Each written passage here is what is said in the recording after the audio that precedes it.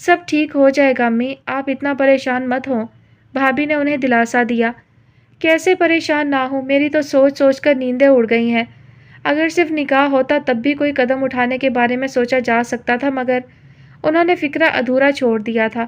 سب جانتے تھے کہ اس مگر سے ان کی کیا مراد ہے۔ صرف 2 دن گزارے ہیں ان کے گھر، مگر ٹھپا تو لگ گیا نا کہ لڑکی کی رخصتی ہو چکی تھی۔ کچھ دیر بعد امی کی بڑبڑاہٹیں دوبارہ شروع ہو گئی تھیں۔ بھابھی اور قدسیہ چچی دونوں امی کو آنکھوں کے اشارے سے مزید اظہار خیال سے منع کر رہی تھیں۔ انزا کے لبوں پر پھیکی سی مسکراہٹ پھیل گئی۔ امی اب بھی بول رہی تھی، مگر اس کے کانوں میں اب ان کے بجائے کسی اور کی آواز آ رہی تھی۔ میں جانتا ہوں انزا، یہ سب کچھ تمہارے لیے بہت اچانک ہوا ہے۔ تم یقیناً ذہنی طور پر تیار نہ تھی۔ میں چاہتا تھا کہ پہلے تم میرا اور میری محبت کا یقین کرو۔ وہ پہلا رشتہ جو ہمارے درمیان استوار ہونا چاہیے، وہ محبت، یقین اور اعتماد کا ہے۔ شادی کے اگلے روز وہ مرتضیٰ کی کزنز کی چھیڑ چھاڑ سے خوب پزل ہو رہی تھی۔ وہ انہیں کیا بتاتی کہ اس کی سہاگ رات شوہر کے پیچھے موٹر سائیکل پر بیٹھ کر سڑکوں کی خاک چھاننے میں گزری ہے۔ رات کے آخری پہر وہ دونوں گھر واپس لوٹے تھے۔ وہ تو اس بات کا شکر منا رہی تھی کہ اس ایڈونچر کی کسی کو کانوں کان خبر نہیں ہو پائی، مگر صبح جب مرتضیٰ کی شادی شدہ کزنز نے اسے گھیر لیا تو ان کی بے باک اور شوق باتوں کے جواب میں وہ واقعی بری طرح کنفیوز ہو گئی تھی۔ تب مرتضیٰ ہی اس کی مدد کو آیا۔ بہت خوبی سے اس نے گفتگو کا رخ موڑا تھا، پھر تنہائی پاتے ہی بہت محبت اور نرمی سے باتیں کر کے اس کی گھبراہٹ ختم کی تھی۔ اور ویسے بھی یار، 4 دن کا ساتھ اور پھر 2-2.5 مہینے کی دوری، میں نہ اپنا ضبط آزمانا چاہتا ہوں اور نہ تمہیں مشکل میں ڈالنا چاہتا ہوں۔ گفتگو کے آخر میں وہ کچھ شرارتی ہوا تھا۔ انسا چھیپ کر مسکرا دی تھی۔ تم امی کی باتوں کو دل پر مت لیا کرو، ان کی عادت ہے بولتے رہنے کی۔ بھابھی کی آواز اسے ماضی سے حال میں لے آئی۔ وہ جانے کب سے اسے گمسم بیٹھا دیکھ رہی تھی۔ انسا نے دونوں ہاتھ چہرے پر پھیر کر گویا اپنی سوچوں کے نشانات مٹانا چاہے تھے۔ دیکھیے آصفہ بھابھی، آپ کا تو وہاں آنا جانا ہے۔ ہمارا پیغام پہنچا دیں کہ یا تو احتشام معافی مانگ کر انزا کو لے جائے یا اپنے بیٹے سے کہہ کر فیصلہ کروا دے۔ ہم یوں بیچ مجھدار میں مزید نہیں لٹک سکتے۔ کافی دنوں بعد آج آصفہ آنٹی سنگن لینے آئی تھیں، جب ابو نے انہیں 2 ٹوک انداز میں اپنا موقف بتایا تھا۔ آنٹی نے حسب عادت نہایت پھرتی کا مظاہرہ کرتے ہوئے ابو کی ساری باتیں اپنے من پسند اضافے کے ساتھ احتشام صاحب کی گوش گزار کر دی تھی۔ یہ حسرت تو عقیل اپنے دل سے نکال دے کہ میں اس سے معافی مانگوں گا۔ اپنی بیٹی کو اس نے خود گھر میں بٹھایا ہے، ہم نے نہیں بھیجا اسے۔ رہی بات فیصلے کی، تو اتنی ہمت اگر عقیل میں ہے تو جائے عدالت میں۔ خالہ کے بہتے ہوئے آنسوؤں کی پرواہ نہ کرتے ہوئے احتشام صاحب نے آصفہ بیگم کی مرضی کے مطابق جواب دیا تھا۔ جو معاملہ عرصہ دراز سے سرد پڑا تھا، لوگوں کے لیے دوبارہ دلچسپی اختیار کر گیا۔ کتنے منافق ہیں یہ سب لوگ، بہت ہمدرد بن کر یہاں تایا جان کی ہاں میں ہاں ملاتے ہیں اور وہاں جا کر احتشام انکل کے موقف کی تائید کرتے ہیں۔ توحید کو کبھی کبھار سخت تاؤ چڑھتا تھا۔ وہ اور عبیرہ بالکل ایک جیسے تھے، اپنے جذبات کے اظہار میں کسی مصلحت کو خاطر میں نہ لانے والے۔ اور تم کیا سرسوں کے پھول کی طرح زرد ہوتی جا رہی ہو؟ اتنا مت سوچا کرو انزا، کبھی سوچنے سے بھی مسئلے حل ہوتے ہیں۔ توحید نے اسے بھی ٹوکا تھا۔ اب تم سوچنے پر بھی پابندی لگا دو، صرف سوچنا ہی تو میرے اختیار میں ہے۔ وہ استہزائیہ انداز میں ہنسی تھی۔ توحید تعصب سے اسے دیکھ کر رہ گیا تھا۔ تایا جان آج کل مختلف وکیلوں سے صلاح مشورہ کر رہے ہیں۔ تاثیر کی بات پر انزا نے بے یقینی سے اسے دیکھا۔ بے شک عقیل صاحب گھر میں مختلف لوگوں کے سامنے یہ بات کر چکے تھے، مگر وہ ہمیشہ اس بات کو ان کی ایسی دھمکی سمجھتی تھی جس پر عمل کرنے کا ان کا کوئی ارادہ نہیں۔ مگر اب تاثیر کی بات سن کر دل گویا رک سا گیا۔ میں نے تمہارے سامنے یہ بات اس لیے کی ہے انزا کہ تم ساری صورتحال سے باخبر رہو، اور فار گاڈ سیک اب اپنے اندر ہمت پیدا کرو۔ تایا جان کی جذباتی بلیک میلنگ میں آ کر کوئی قدم نہ اٹھا لینا، اور اگر وہ کسی کاغذ وغیرہ پر دستخط کروائیں تو آنکھیں کھول کر دیکھ لینا۔ تاثیر اسے سمجھا رہا تھا تو گویا نوبت یہاں تک پہنچ گئی۔ اس نے بے یقینی سے اسے دیکھا۔ زندگی تمہاری ہے انزا، اور اس زندگی کے متعلق فیصلہ کرنے کا اختیار بھی تمہیں ہے۔ تاثیر سنجیدگی سے بولا۔ میرا سر چکرا رہا ہے تاثیر، پلیز چپ ہو جاؤ۔ وہ دونوں ہاتھوں میں سر تھام کر بیٹھ گئی۔ تمہاری طبیعت خراب ہو رہی ہے تو بھابھی یا عبیرہ کو ساتھ لے کر ڈاکٹر کے پاس کیوں نہیں چلی جاتی؟ میں بلاتا ہوں بھابھی کو۔ تاثیر اس کی زرد پڑتی رنگت کو دیکھ کر فکر مندی سے بولا۔ تم چلے جاؤ تاثیر، میں صرف تھکن محسوس کر رہی ہوں، کچھ دیر سوؤں گی تو ٹھیک ہو جاؤں گی۔ اس نے تاثیر کو ٹال دیا تھا، مگر باہر عبیرہ امی کو پکڑے یہی بات کر رہی تھی۔ امی حالت دیکھیں آپ اس کی، بیٹھے بیٹھے کھو سی جاتی ہے۔ راتوں کو جاگتی رہتی ہے، نیند کی گولی کے بغیر اسے نیند نہیں آتی، شدید ترین ڈپریشن میں مبتلا ہے وہ، اور آج سے نہیں کئی مہینوں سے۔ لیکن اب مجھے لگتا ہے کہ اس کی برداشت کا پیمانہ بھی لبریز ہو چکا ہے۔ ابو سے کہیں کہ کوئی ایسا ویسا قدم اٹھانے کے بارے میں سوچیں بھی مت۔ اس کی خاموشی کا یہ مطلب ہرگز نہیں ہے کہ اسے آپ لوگوں کا کیا ہر فیصلہ قبول ہے۔ مجھ سے کیا کہہ رہی ہو؟ اپنے باپ سے کہو۔ اللہ جانے کن لوگوں کی باتوں میں آ کر بیٹی کا گھر خود اجاڑ دیا ہے۔ امی بھی سخت متوحش نظر آ رہی تھیں۔ ٹھیک ہے، میں خود کروں گی ابو سے بات، عبیرہ فیصلہ کن انداز میں بولی تھی۔ بہت سوچ سمجھ کر میں نے یہ فیصلہ کیا ہے بیٹے، وکیل سے سارے معاملات طے پا گئے ہیں۔ اس نے امید دلائی ہے کہ چند پیشیوں کے بعد ہی فیصلہ ہمارے حق میں ہو جائے گا۔ لیکن ابو، عبیرہ جو بہت کچھ کہنے کے ارادے سے آئی تھی، اس دو ٹوک جواب پر ہکا بکا رہ گئی۔ ان کے لہجے سے صاف ظاہر تھا کہ وہ جو فیصلہ کر چکے ہیں اس سے پسپائی کا ان کا قطعاً کوئی ارادہ نہیں۔ دیکھو عبیرہ، تم ابھی بچی ہو، ان معاملات کی باریکیاں نہیں سمجھ سکتی۔ انزا کو آپ کا یہ فیصلہ قبول نہیں ہے ابو، اس نے بے بسی سے کہا۔ میں جو کچھ کر رہا ہوں انزا کی بھلائی کے لیے ہی کر رہا ہوں۔ تمہیں کیا معلوم کہ جب میں اس کی بے رونق آنکھوں کو دیکھتا ہوں تو میرا دل ٹکڑے ٹکڑے ہو جاتا ہے۔ میری بیٹی پر شادی شدہ ہونے کا لیبل لگنے کے باوجود اسے ازدواجی زندگی کی کوئی خوشی حاصل نہیں ہو سکی ہے۔ میں چاہتا ہوں کہ اسے وہ تمام خوشیاں ملیں جس کی وہ حقدار ہے۔ ابو کے لہجے کی سچائی تو اسے تسلیم تھی، مگر وہ انہیں اور بھی بہت کچھ یاد دلانا چاہتی تھی۔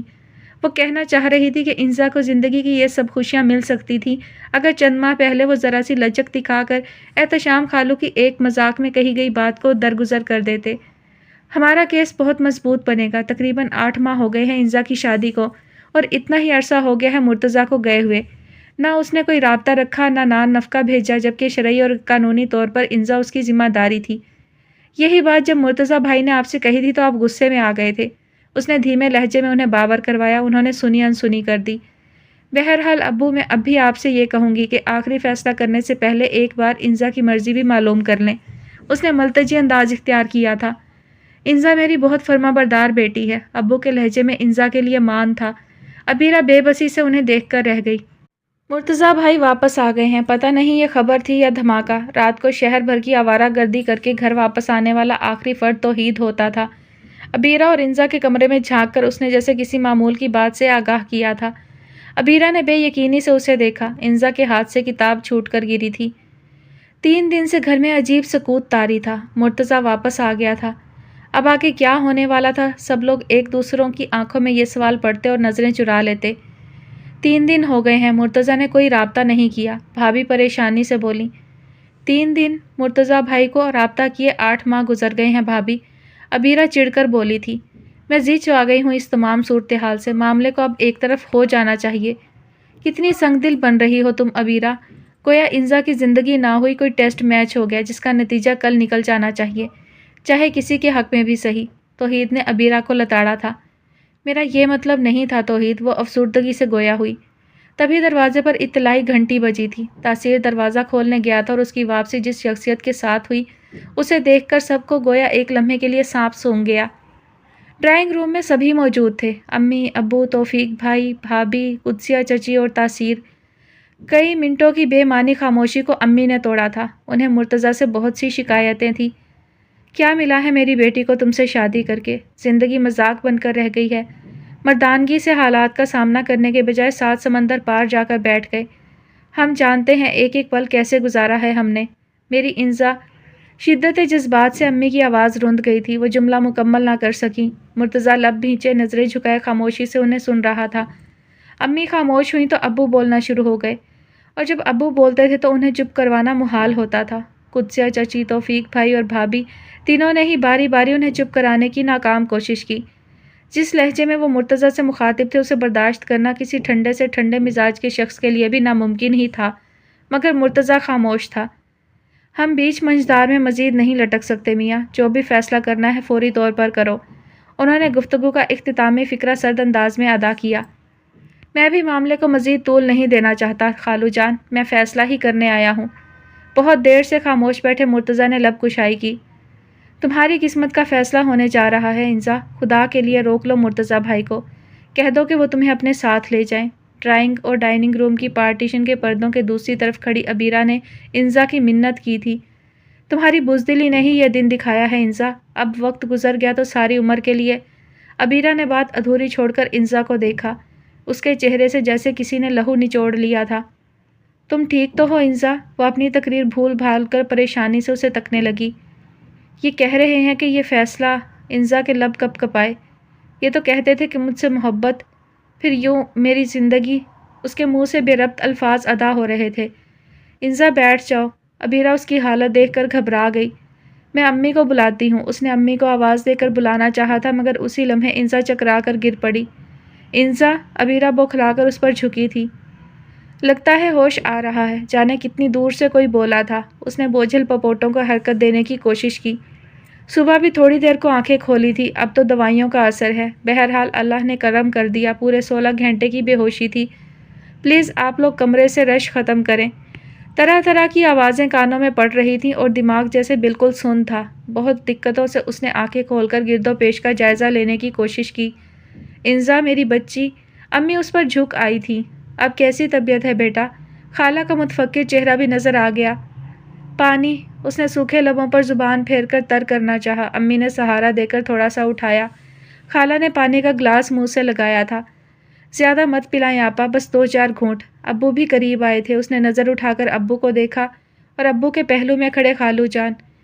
میرا خیال ہے ڈاکٹر زید سے ایک بار پھر پوچھ لینا چاہیے، خالو جان نے ابو سے کہا تھا۔ ابو نے اس بات میں گردن ہلائی تھی۔ خواب، وہمہ یا حقیقت؟ ابو اور خالو ایک دوسرے سے بات چیت کرتے، اس نے سوچنا چاہا تھا۔ شاید تخیل۔ اس نے پھر آنکھیں موند لیں۔ تمہیں پتہ ہے لڑکی کہ اللہ میاں کے پاس جاتے جاتے واپس آئی ہو، بس سمجھ لو کہ روح پرواز کرنے والی تھی۔ ہم سب نے مل کر اس کی ٹانگ کھینچ لی۔ توحید اس کے سرہانے کرسی رکھے بیٹھا تھا، پاس ہی ابیرہ بیٹھی سیب کی کاشیں کاٹ رہی تھی۔ کیا ڈرامائی سین تھا، تم تو عالم مدہوشی میں تھی۔ بات کی روداد سن لی ابیرہ سے؟ توحید نے بڑی سی کاش اپنے منہ میں ڈالتے ہوئے استفسار کیا۔ ایک پھیکی مسکراہٹ انزا کے لبوں پر پھیل گئی۔ ہم تو ڈرائنگ روم میں بیٹھے تایا جان کی گھن گرج سن رہے تھے، اتنے میں پردے کے پیچھے سے دھڑام کی آواز آئی۔ خاصا زور کا دھماکہ تھا۔ پھر ابیرہ بی بی کی چیخ سنائی دی۔ 1 سیکنڈ میں ہی سب دوڑ کر ڈائننگ روم میں پہنچے تھے۔ وہاں ابیرہ بی بی تمہارے اوپر جھکی اللہ جانے دل کی دھڑکن چیک کر رہی تھیں یا سانس گن رہی تھیں۔ اب یہ کوئی باقاعدہ ڈاکٹر تو ہے نہیں، خدا کا کرنا یہ ہوا کہ انہیں نہ تو تمہاری دھڑکن سنائی دی نہ سانس آتی دکھائی دی، انہوں نے تو چیخو پکار شروع کر دی۔ انزا مر گئی، میری بہن مر گئی۔ پھر اگلی انٹری مرتضیٰ بھائی کی تھی۔ ابیرہ کو پیچھے ہٹا کر وہ آگے آئے، نبض پکڑی، سر اٹھا کر پاس کھڑے انتہائی تشویش زدہ حاضرین کو دیکھا، پھر سرد آواز میں سب کو مخاطب کیا۔ اگر انزا کو کچھ ہوا نا تو میں نہ اپنے والدین کو معاف کروں گا نہ آپ لوگوں کو۔ اور یہ کہتے کے ساتھ ہی تمہیں بازوؤں میں اٹھا کر تیزی سے باہر، پیچھے پیچھے توفیق بھائی، تایا جان اور تاثیر بھی لپکے۔ اب گھر کی معزز خواتین کو سنبھالنے کی ذمہ داری صرف میرے ناتواں کندھوں پر۔ یہ ابیرہ بی بی جو بہت بہادر بنتی ہیں، اس دن رونے اور چیخنے کے ریکارڈ قائم کر دیے تھے۔ تائی جان کے حواس الگ جواب دے گئے تھے، لیکن سب سے عقل مندی کا کام بھابی نے کیا، خالہ کے گھر فون کر دیا۔ بس پھر تو یوں لگا کہ سب لوگ تمہارے نروس بریک ڈاؤن کے ہی انتظار میں تھے، ایسے دوڑے دوڑے چلے آئے جیسے کبھی جھگڑا ہوا ہی نہ ہو۔ بائی دا وے کزن، یہ نروس بریک ڈاؤن تم پہلے نہیں کروا سکتی تھی؟ خواہ خواہ اتنے دن کی ٹینشن برداشت کی۔ توحید جب نان سٹاپ بولنے پر آتا تھا تو اسے چپ کرانا محال ہوتا تھا۔ ابیرہ اس کی باتوں پر مسکرا رہی تھی۔ انزا کے ہونٹوں پر بھی ہلکی سی مسکراہٹ پھیل گئی۔ اور بیچارے مرتضیٰ بھائی؟ توحید نے ایک لمبی سانس بھری۔ انزا کی مسکراہٹ 1 سیکنڈ میں غائب ہو گئی۔ اسی لمحے مرتضیٰ بھی اندر داخل ہوا تھا۔ ایک پل کے لیے دونوں کی نظریں ملی تھیں، مگر اگلے ہی پل انزا نے آنکھیں موند لی۔ مرتضیٰ کے ہونٹوں پر خفیف سی مسکراہٹ پھیل گئی۔ اس نے میڈیسن کا شاپر ابیرہ کو پکڑایا، ساتھ ہی دواؤں کے بارے میں کچھ ہدایات بھی دی تھیں۔ بیٹھے مرتضیٰ بھائی، یہ سیب کھا لیں۔ توحید نے کرسی اس کے لیے خالی کی۔ اس نے جواباً مسکرا کر نفی میں گردن ہلا دی۔ چلو ابیرہ، میں تمہیں گھر چھوڑ آتا ہوں، اب امی اور خالہ آنے کے لیے تیار ہیں۔ وہ ابیرہ سے مخاطب ہوا۔ مرتضیٰ بھائی، میں ابھی انزا کے پاس ہی ہوں، آپ اور توحید چلے جائیں۔ توحید امی وغیرہ کو لے کر آ جائے گا اور آپ گھر پر ہی ریسٹ کر لیجئے گا۔ 3 دن ہو گئے آپ بالکل بھی آرام نہیں کر پائے ہیں، خدا نہ خواستہ آپ بیمار پڑ گئے تو۔ ابیرہ کے لہجے سے اس کے لیے فکر مندی چھلک رہی تھی۔ میں ٹھیک ہوں بھائی، وہ مسکرا دیا۔ اسی لمحے اس کے موبائل کی گھنٹی بجی تھی۔ وہ توحید کو آنے کا اشارہ کر کے کمرے سے باہر چلا گیا۔